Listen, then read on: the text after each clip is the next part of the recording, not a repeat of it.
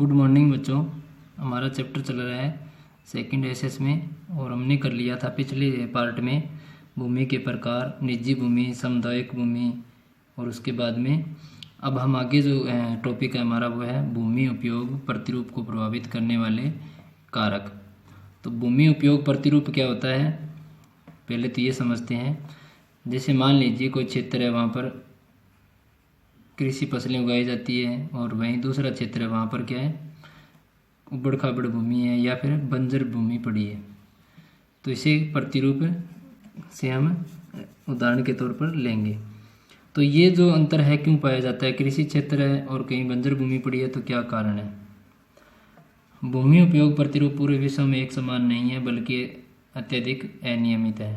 ये हमने एक पिछले जो हमारी क्लास है उसमें देखा था कि भारत के लगभग 57% भूभाग पर कृषि कार्य संपन्न किए जाते हैं और वहीं दूसरी तरफ हमने ऑस्ट्रेलिया का देखा था 6% भूभाग पर मात्र कृषि कार्य किया जाता है। तो ये अंतर है, ये अलग अलग प्रकार से पाया जाता है अलग अलग क्षेत्रों में, अलग अलग देश के अंदर। अब भूमि उपयोग को प्रभावित करने वाले कारक है, उसमें है जलवायु, स्थलाकृति। जलवायु होती है गर्म या ठंडी या आर्द्र जलवायु। इसके बाद में देखा जाए तो स्थलाकृति में आते हैं पर्वत, पठार, मैदानी भाग। इस प्रकार इन्हें स्थलाकृति बोला जाता है इन सभी को। मृदा के प्रकार, मिट्टियाँ भी बहुत सारी प्रकार की है, 6 प्रकार के लगभग हमारे सिलेबस में है। जल की उपलब्धता का अर्थ है यहाँ पर जल पर्याप्त मात्रा में हमें प्राप्त हो रहा है या नहीं हो रहा। इसके बाद में खनिज में आता है कोयला, लोहा आदि। प्रौद्योगिकी है मानव संसाधन, प्रौद्योगिकी में आता है उद्योग धंधे।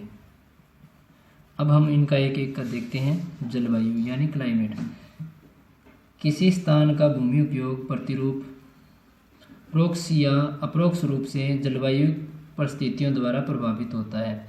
प्रत्यक्ष या अप्रत्यक्ष रूप से जलवायु से प्रभावित होता है। ध्रुवीय व विषुवतीय क्षेत्र की जलवायु काफ़ी विषम होती है, इसलिए ये क्षेत्र फसलों व चरगाहों के लिए उपयुक्त नहीं होते।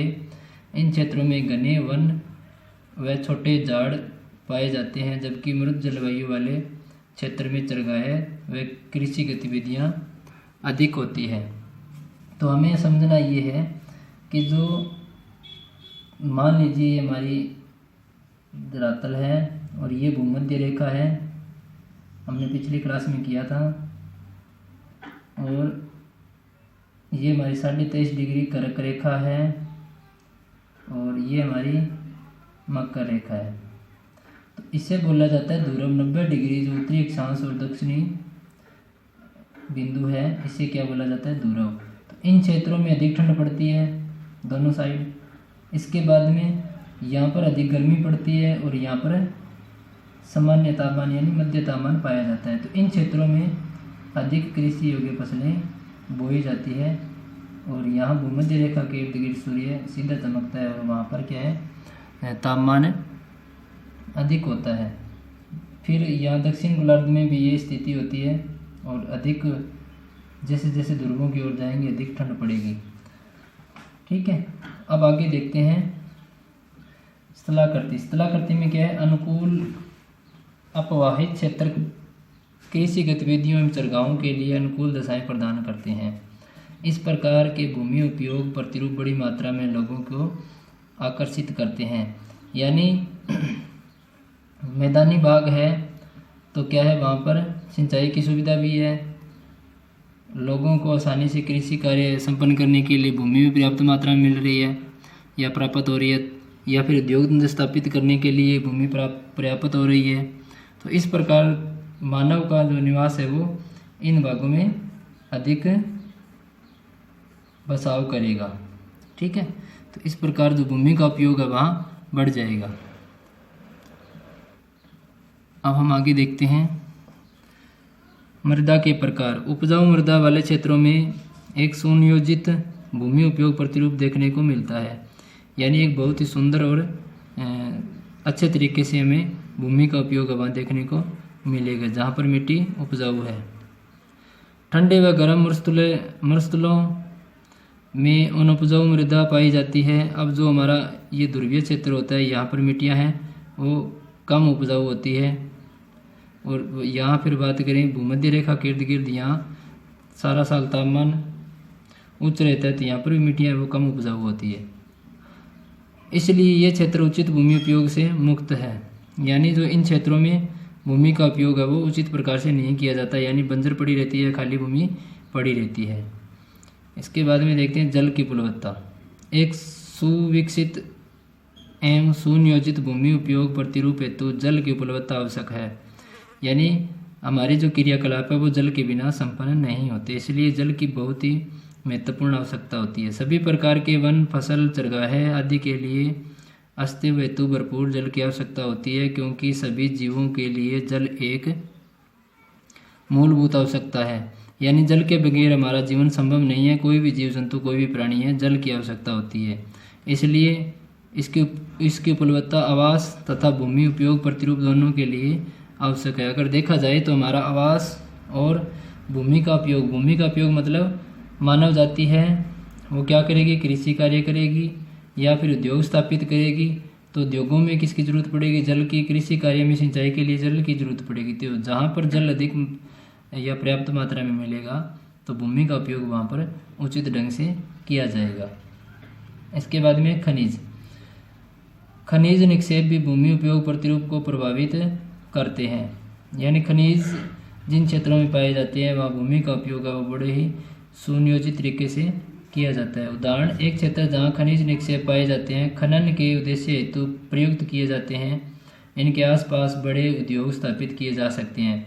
खनिज निक्षेपों में घनी क्षेत्र औद्योगिक विकास के अनुकूल होते हैं।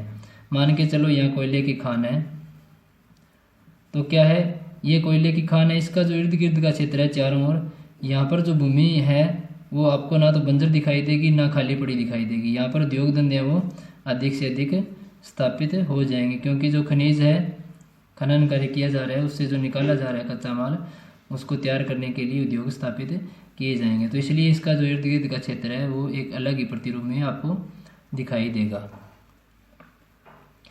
इसके बाद में प्रौद्योगिकी एवं मानव संसाधन।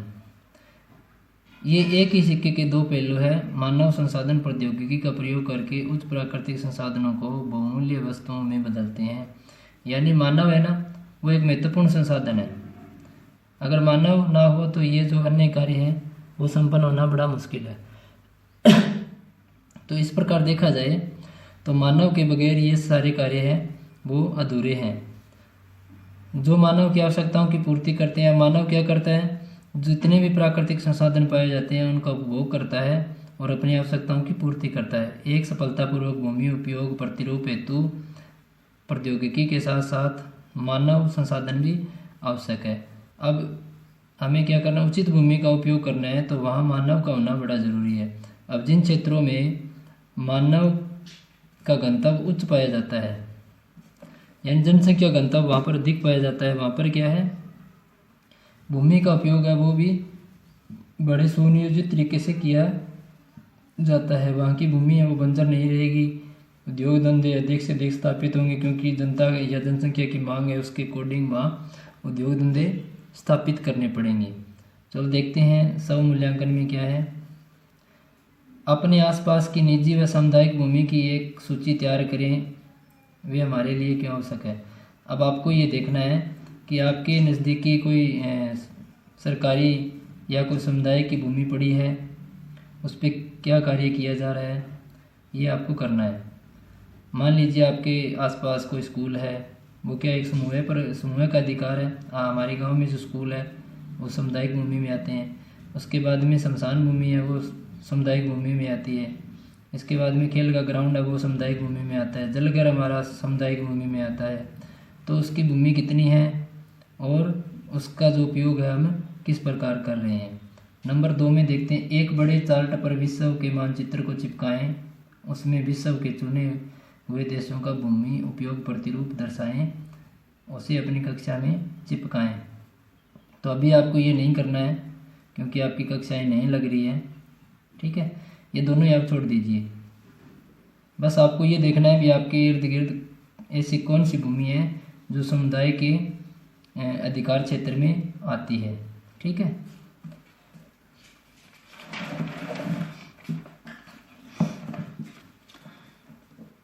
अब इसके बाद में आगे देखा जाए तो हमारा टॉपिक है भूमि संसाधनों की उपयोगिता, यानी जो भूमि के संसाधन है, भूमि संसाधन है, ये हमारे लिए कितने के महत्वपूर्ण है, ये हमारे क्या क्या काम आते हैं। भूमि संसाधन हमारे जीवन में काफ़ी महत्व रखते हैं, उनमें से कुछ नीचे वर्णित है। भूमि संसाधन इमारती लकड़ी व अन्य उत्पाद जैसे गोंद, औषधि, जड़ी बूटियों के धनी स्रोत है। अब जो भूमि है हमारी, उसके ऊपर प्राकृतिक पेड़ पौधे, ठीक है, उनसे औषधियाँ प्राप्त होती है। जड़ी बूटियाँ अनेक प्रकार की हमारी भूमि पर ही उगते हैं और वो मानव क्या करता है, उनका उपभोग करता है। 2 नंबर पर देखें भूमि संसाधन का महत्व, ये खनिज निक्षेपों के भंडार है। अब भूमि है, वहाँ पर क्या है, कोयले के भंडार भी हैं, लोहा अयस्क के भंडार भी है, ठीक है। इस प्रकार सोना, चांदी, मैग्नीशियम, जितने भी हमारे खनिज हैं वो भूमि संसाधन में ही पाए जाते हैं।